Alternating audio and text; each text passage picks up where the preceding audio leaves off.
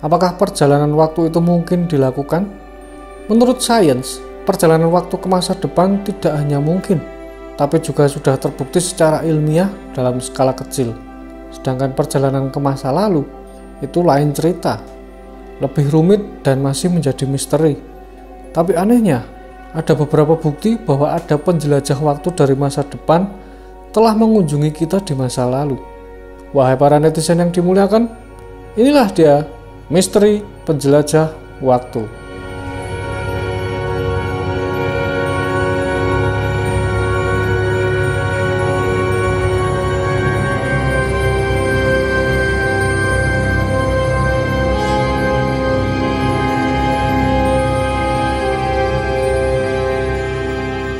Ada dua konsep populer soal time travel.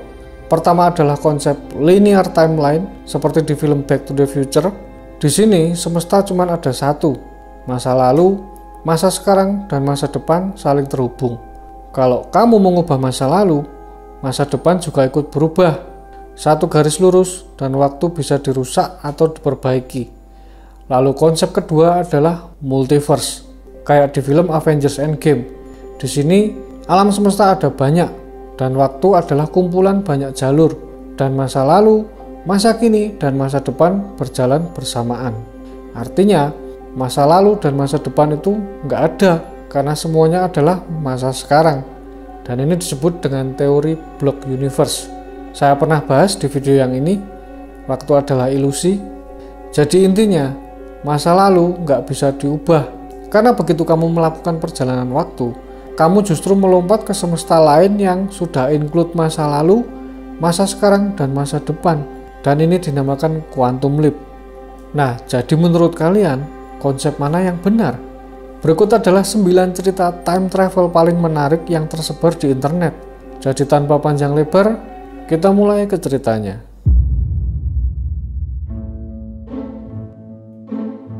Pada tahun 1950, malam hari di Times Square, New York, mendadak digemparkan oleh kemunculan pria misterius. Sekitar pukul 11 malam, pria berusia sekitar 30 tahun terlihat berdiri di tengah jalan, tampak kebingungan. Dia terlihat takjub melihat sekeliling kota, seakan dunia modern di sekitarnya benar-benar asing baginya. Tak lama kemudian, dia mencoba menyeberang jalan tanpa mengikuti rambu-rambu lalu lintas, dan tewas ketabrak taksi. Ketika polisi memeriksa tubuhnya, mereka menemukan banyak keanehan. Di kantong pakaiannya ada koin dan uang kertas yang sudah nggak beredar di zaman itu, tapi masih kelihatan baru. Dia juga membawa barang-barang dari bisnis yang sudah lama gulung tikar, termasuk nota kandang kuda, kepingan kuningan dari sebuah bar, dan sebuah surat dengan cap pos tahun 1876. Identitasnya menunjukkan nama Rudolph Vance dengan alamat di Fifth Avenue. Tapi setelah diselidiki, alamat yang tertera di kartu tersebut sudah menjadi bangunan bisnis selama bertahun-tahun, bukan lagi tempat tinggal. Nggak ada seorang pun di alamat tersebut yang mengenalnya. Nama Rudolph Vance tidak tercatat di buku telepon New York City. Sidik jarinya nggak cocok dengan data manapun, dan pakaiannya terlihat sangat kuno, bergaya abad ke-19. Jadi tampak seperti pakaian dari 75 tahun yang lalu. Label pakaiannya menunjukkan nama penjahit yang nggak dikenal, dan topinya yang kelihatan baru berasal dari toko yang sudah tutup lebih dari 50 tahun. Penyelidikan berlanjut hingga akhirnya nama Rudolph Vance Jr. ditemukan di buku telepon lama, yang merupakan seorang pria berusia 60-an yang telah meninggal 5 tahun sebelumnya. Dan istrinya yang masih hidup mengatakan bahwa ayah mertuanya, Rudolph Vance Sr., telah menghilang pada tahun 1870-an. Dia pergi berjalan-jalan sekitar pukul 10 malam dan nggak pernah kembali. Pencarian dalam arsip lama laporan orang hilang mencatat seorang pria bernama Rudolph Vance dilaporkan hilang tahun 1876, dan pakaian serta alamatnya cocok dengan pria yang tewas di Times Square tahun 1950. Jadi kasus orang hilang itu akhirnya ditutup setelah 75 tahun. Tapi misterinya justru baru dimulai. Apakah mungkin pria ini melompat waktu dari abad ke-19 ke abad 20?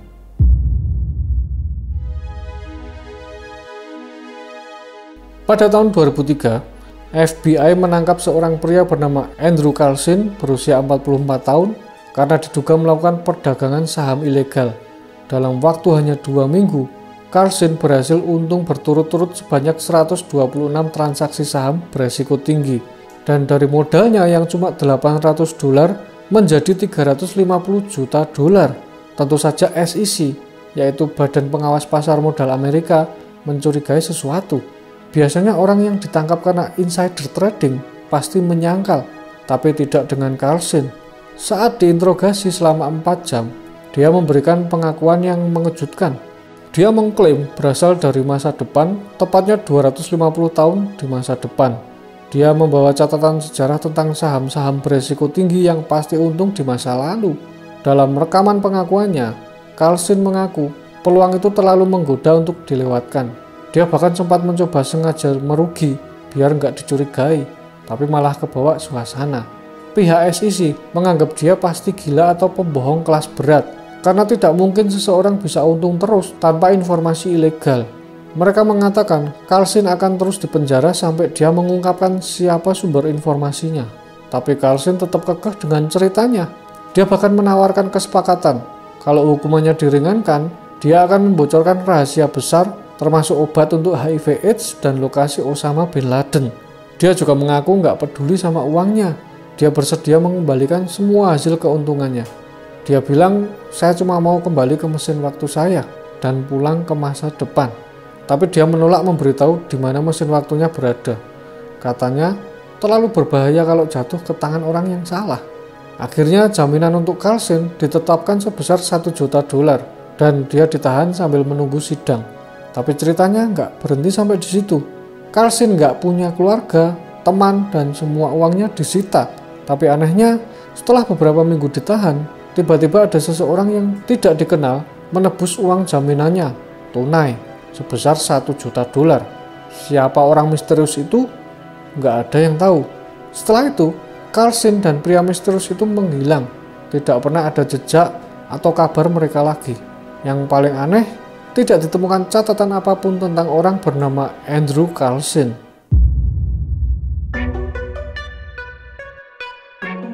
Dan menurut saya, ini yang paling menarik. Pada tahun 1993, Mike Tyson kembali bertanding ke ring setelah keluar dari penjara.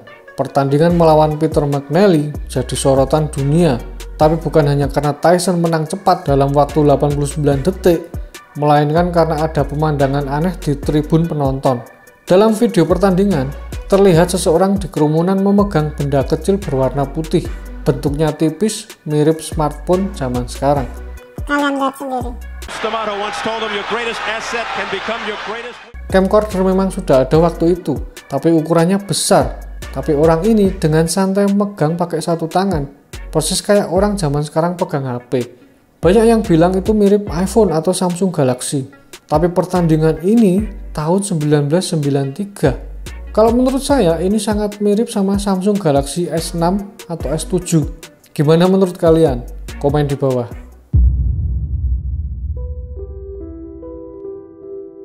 Pada tahun 2010, viral sebuah video di YouTube berjudul Chaplin's Time Traveler yang merupakan bonus footage dari DVD film Charlie Chaplin tahun 1928 dengan judul The Circus. Di rekaman saat gala premier di Grauman Chinese Theater di Los Angeles, terlihat ada seorang wanita lewat sambil menempelkan sesuatu di telinganya. Kalau dilihat lebih dekat, dia kayak sedang ngobrol menggunakan perangkat tipis berwarna hitam. Pertanyaannya, ngobrol sama siapa? Tahun 1928, belum ada ponsel, belum ada menara sinyal, apalagi satelit. Tapi jelas dia sedang berbicara. Padahal di sekitarnya juga nggak ada orang. Beberapa tahun setelahnya, fenomena serupa muncul lagi. Ada rekaman tahun 1938 yang memperlihatkan karyawan pabrik DuPont baru pulang kerja, dan salah satu wanita tampak memegang alat kecil seperti sedang menelepon, lalu dia menyimpannya kembali. Rekaman ini bahkan diliput media besar seperti Huffington Post, Daily Mail, sampai Yahoo News.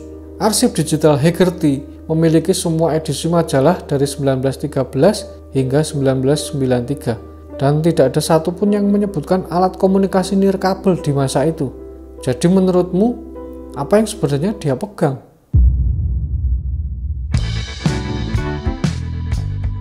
Yang ini kalian pasti sudah pada tahu karena ini sangat viral belasan tahun yang lalu, yaitu foto misterius yang dijuluki time traveling hipster. Foto ini berasal dari Museum Pioneer di British Columbia. Foto itu diambil tahun 1940 saat peresmian kembali jembatan South Fork di Kanada. Awalnya foto ini terlihat biasa aja. Para pria tampil rapi dengan jas, dasi, dan topi. Para wanita memakai mantel dan topi klasik. Tapi setelah foto ini diunggah ke internet tahun 2010, orang-orang menyadari sesuatu yang aneh. Ada satu pria yang sangat berbeda, potongan rambutnya terlihat modern, dia memakai kacamata hitam bergaya masa kini, bahkan mengenakan kaos bergambar di balik sweaternya. Tangannya juga memegang benda kecil seperti kamera. Padahal di tahun 1940, emang udah ada kamera sekecil itu? Pihak museum memastikan fotonya asli, tanpa rekayasa. Jadi dari mana sebenarnya pria ini? Atau lebih tepatnya, dari tahun berapa?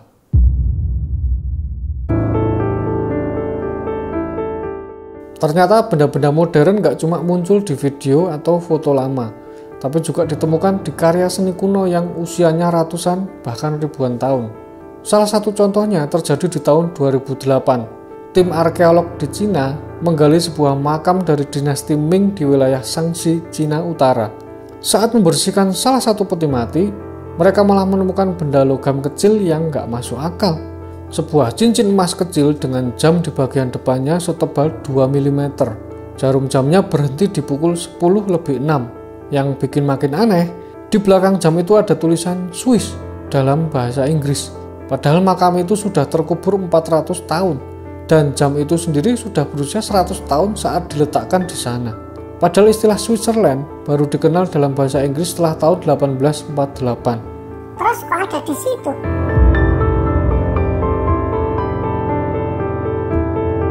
Contoh lainnya ada di Spanyol.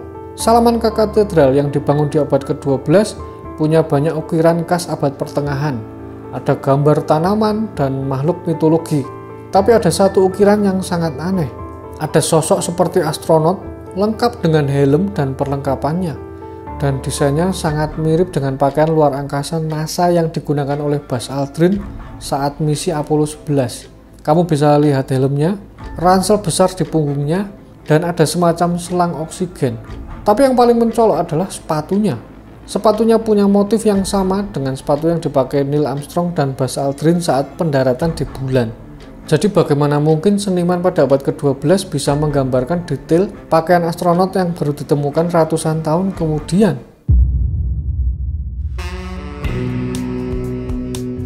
Oke, cerita-cerita ini memang sangat menarik. Tapi apakah semua ini nyata? Atau ada penjelasan logisnya? Kita mulai dari Rudolf Fens, sebuah urban legend yang sudah beredar sejak tahun 1970-an. Tapi kenyataannya, cerita ini hanya kutipan dari sebuah cerpen berjudul I'm Scared, karya Jack Finney, penulis novel terkenal The Body Snatchers. Cerita itu pertama kali dimuat di majalah Collier's pada tahun 1951, tepat sekitar waktu kejadian Rudolf Fens diceritakan. Ya, saya tahu kalian kecewa, tapi ini memang Hoax. Terus cerita Andrew Carlson, ternyata cerita ini berasal dari tabloid satir Weekly World News. Lalu cerita itu diangkat oleh Yahoo News dan akhirnya banyak orang percaya. Media-media lain pun ikut memuat cerita ini sebagai fakta, yang akhirnya membuat cerita ini jadi urban legend modern yang sangat populer. Jadi pelajaran di sini, jangan gampang percaya sama informasi di internet. Nah, sekarang tentang pertarungan Mike Tyson.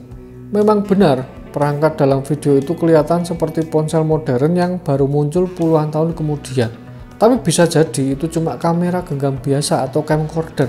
Memang ada banyak camcorder yang beredar saat itu, walau ukurannya lebih besar. Tapi karena kualitas video yang buram, jadi sulit buat kita mengidentifikasi itu perangkat apa. Beberapa orang bilang ini mirip Casio QV10A atau Casio QV100 atau Logitech Photoman. Tapi saya kok lihatnya beda ya. Jadi bagi saya untuk yang satu ini masih jadi misteri. Gimana menurut kalian? Kalau ada yang tahu ini perangkat apa, tulis di kolom komentar. Kemudian foto time travel hipster dianggap sebagai penjelajah waktu didasarkan pada 3 benda yang dianggap terlalu modern di zaman itu. Tapi faktanya, ketiga benda itu memang sudah ada di tahun 1940-an. Untuk kaosnya, dia pakai jersey Montreal Maroons, tim hoki yang memang eksis di tahun 1924 sampai 1938. Kalau kacamatanya memang nggak umum, tapi ada. Dan kamera kecil yang dia pegang sebenarnya juga sudah ada waktu itu, walau nggak umum dan harganya juga sangat mahal. Jadi yang ini terbongkar. Perempuan dalam video Charlie Chaplin yang kelihatan kayak lagi nelpon, kemungkinan besar dia lagi pakai alat bantu dengar generasi awal. Walaupun aneh juga kenapa dia kelihatan kayak ngobrol sambil celingak-celinguk. Tapi mungkin memang dia lagi ngomong sendiri. Video pabrik DuPont tahun 1938 sedikit lebih rumit. Setelah viral, keluarga perempuan dalam video itu bilang namanya Gertrude Jones, karyawan DuPont, dan dia pakai telepon nirkabel eksperimental buatan perusahaan itu. Tapi lihat ukurannya, ponsel paling awal itu besar banget. Dan ini bahkan sebelum Perang Dunia Kedua. Dan nggak ada teknologi baterai sekecil itu pada waktu itu. Radio komunikasi saat Perang Dunia II aja butuh satu orang khusus buat bawa perangkatnya di tas punggung seberat 18 kg. Jadi apakah video ini terbongkar hoax? Terus tentang jam tangan dari makam dinasti Ming, itu jelas hoax. Foto palsu hasil Photoshop. Terbongkar.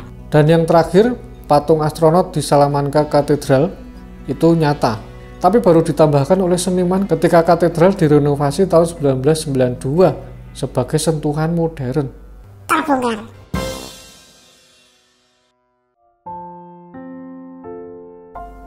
Kenapa kita selalu terobsesi dengan kisah time travel dan mengharapkan cerita-cerita itu nyata?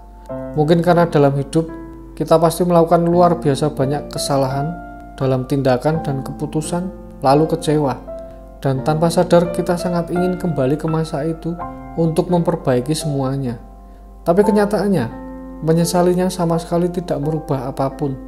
Waktu adalah satu-satunya hal yang terus berjalan tanpa menoleh ke belakang. Dia membuka peluang sekaligus menutupnya tanpa peringatan. Waktu tidak bisa ditukar, tidak bisa ditabung, dan tidak bisa diputar ulang. Karena itulah waktu adalah harta paling mahal yang kita punya. Gunakan buat menciptakan kenangan indah, buat mencintai, buat tumbuh, dan buat hidup sepenuhnya. Gunakan dengan bijak.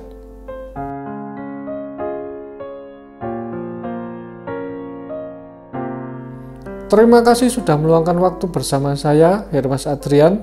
Kalau kalian suka video kali ini dan ingin memberi dukungan ke channel ini, bisa dengan cara like, komen, subscribe, dan menyebarkan video ini.